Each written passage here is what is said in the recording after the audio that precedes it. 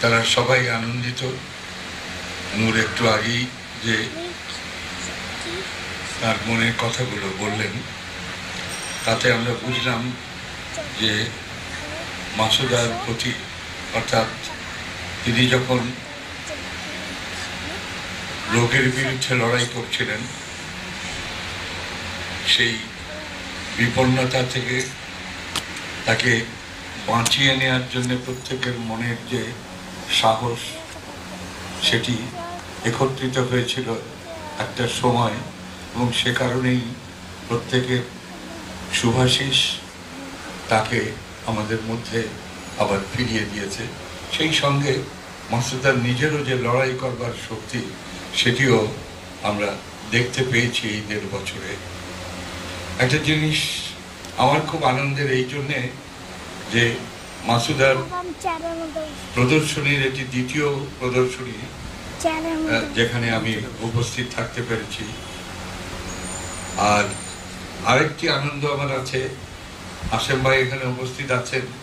আমরা সবাই মিলে রাজশাহীতে প্রথম যখন শিল্পাচার্য জয়নুল আবেদিনের জন্মদিনকে উপলক্ষ করে একটি চারুকলা মহাবিদ্যালয় প্রতিষ্ঠা করেছিলাম, এবং পটুয়া কামরুল হাসান আর ঢাকা থেকে অসংখ্য নামি দামি শিল্পীরা গিয়েছিলেন সেই মহাবিদ্যালয় উদ্বোধন করতে। সেই উদ্বোধনের কালে রাজশাহী থেকে কোনো মেয়ে আর্ট কলেজে পড়তে আসবে এটা আমরা ভাবতে পারিনি, কিন্তু এই সাহসী একটি মেয়ে, আরো 2-1জনকে আমরা পেয়েছিলাম, তার মধ্যে মাসুদা একজন। এবং প্রথম ব্যাচের ছাত্রী হিসেবে সে 78 সনে ঢুকেছিল এবং 81-তে বোধহয় 84-তে বেরিয়েছিল। আমরা যে কি কষ্ট করে তখন এই আর্ট কলেজটি চালু করেছিলাম এবং চালিয়ে যাচ্ছিলাম, এটা শুধুমাত্র ঢাকা থেকে যে বন্ধুরা আমাদেরকে সহায়তা করেছিলেন, শিল্পীরা, তাদের সাহস। আর কামরুল ভাই একটা কথা বলেছিলেন যে আমি আবার আসবো এই পুকুর পাড়ে, তোমার এই ঘরে বসে আমি ছবি আঁকবো। সেটা অবশ্যই হয়নি পরবর্তীকালে, কারণ তিনি চলে গেলেন। সেই স্কুলটি, সেই আর্ট কলেজটি পরবর্তীকালে রাজশাহী বিশ্ববিদ্যালয়ের একটি বিভাগে পরিণত হয়েছে, এবং সেখানে এখন অনেকেই আছেন যারা খুব নামধাম করছেন, এবং ওখান থেকে বহু ছাত্র বিভিন্ন বিষয়ে বেরিয়ে আসছে। মাসুদা কিন্তু ওই প্রথম ব্যাচের ছাত্রী হিসেবে অসাধারণ একটি গুণী শিল্পী হিসেবে নিজের প্রতিভাকে প্রতিষ্ঠিত করতে পেরেছে ইতিমধ্যেই যারা আমাদের পরিচিত তাদের মধ্যে এবং এই শিল্পাঙ্গনের ভেতরে। আজকে এই স্টুডিও কায়ার ব্যাপারে যে 7ম প্রতিষ্ঠা বার্ষিকী, তাকে তো অভিনন্দন অবশ্যই আমাদের সবার জানানোর কথা।